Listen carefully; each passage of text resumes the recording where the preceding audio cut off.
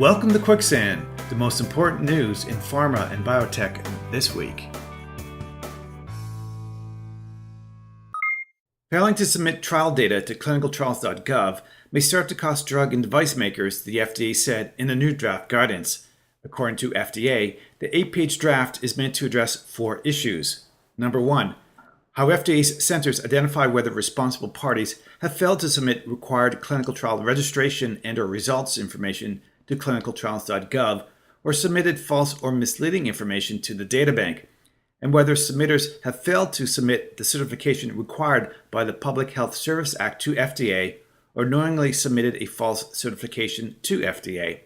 Number 2, under what circumstances an FDA center may decide to seek civil monetary penalties against a responsible party or submitter. Number 3, what procedures apply when an FDA center seeks civil monetary penalties. And number 4, what civil monetary penalty amounts may be assessed for a violation.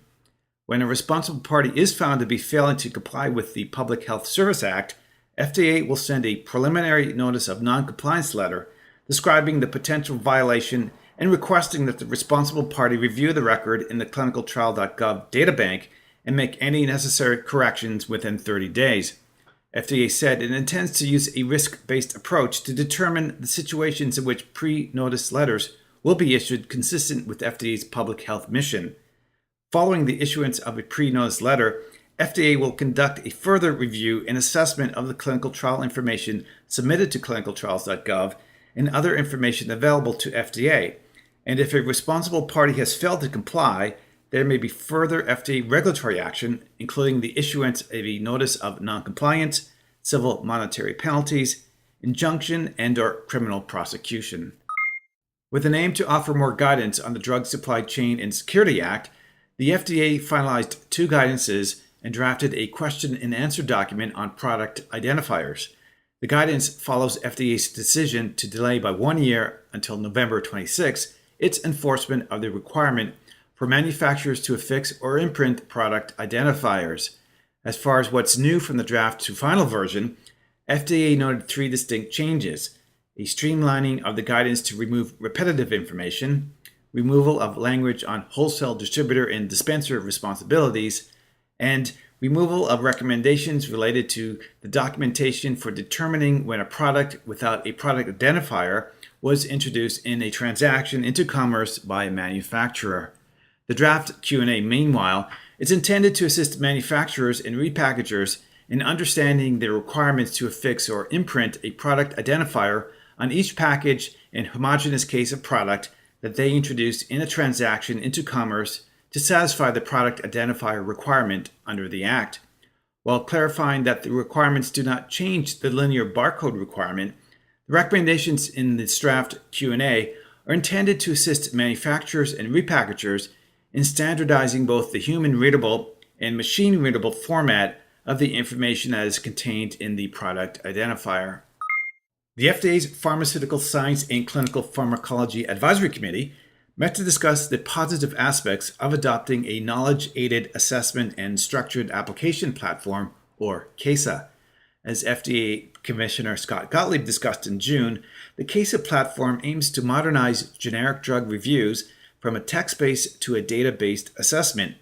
But the discussion made clear that the KASA system may also be extended for use with new drug applications and even biologics license applications. Larissa Wu of FDA's Office of Pharmaceutical Quality further discussed the goals of a shift to KASA, noting that it could help the assessment of post-approval changes and the lifecycle management of drug products, among other positives. Wu also noted the current challenges with the ECT system that the agency currently uses, explaining how it does not follow the development flow of the drug product and contains unstructured data in text-based PDF files that can lead to redundancy and lengthy assessments. FDA said it's still in the internal development phase and does not have a timeline for rolling out structured submissions. A draft guidance would be released for industry to comment on the proposal before anything takes effect, FDA says. And as far as converging with other international regulators, FDA officials said the European Medicines Agency is aware of FDA's structured submission efforts, though some suggested FDA work with the International Council for Harmonization. The European Medicines Agency has published a draft concept paper on the investigation of medicinal products in neonates. EMA is revising its stance on testing drugs in newborn babies after interactions with sponsors identified shortcomings in the guidance it published on the topic in 2010. In its 2010 guidance, EMA set down general principles for the investigation of medical products in term and preterm neonates. The guideline was in development for several years and underwent a public consultation before being finalized.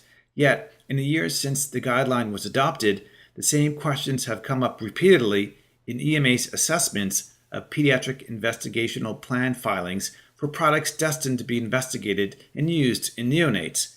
The draft concept paper is the first step in an effort intended to address those questions and bring the text into line with current thinking about neonatal research and standards.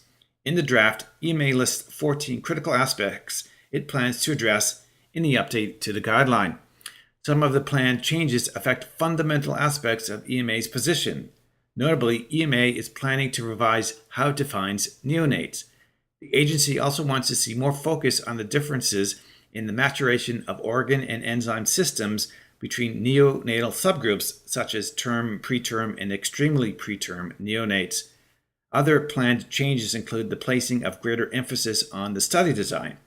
EMA wants sponsors to design clinical trials that try to differentiate between the effects of the treatment and the various confounding factors common in neonates. The agency is also planning to tackle challenges related to excipients, the need for long-term outcomes data, and the validation of biomarkers. Australia's Therapeutic Goods Administration revealed a plan to operationalize its strategy on engaging international regulators through fiscal year 2019. TGA said the new plan identifies projects and activities, the benefits to be realized from those activities, and line areas responsible for delivering on the three goals for international engagement, namely, contribute to public health and safety through regulation, work with others to improve the regulatory system, and participate in information sharing and convergence activities. Retained projects include TGA's continued work in collaboration with the International Coalition of Medical Regulatory Agencies to create a global framework on information sharing. The regulatory authority also intends to continue participating in the European Directorate for the Quality of Medicines and the Australia, Canada, Singapore, Switzerland Consortium. TGA's plan also involves developing an electronic common technical document and a biopharmaceutics classification system via its participation in the International Council on Harmonization and engaging its counterparts on a regular basis to identify medical shortages. Other projects relate to promoting the use of comparable overseas regulators for a work-sharing approach to pharmaceutical applications through newly established policies. Thank you for listening to Quicksand, episode 48, September 24th, 2018.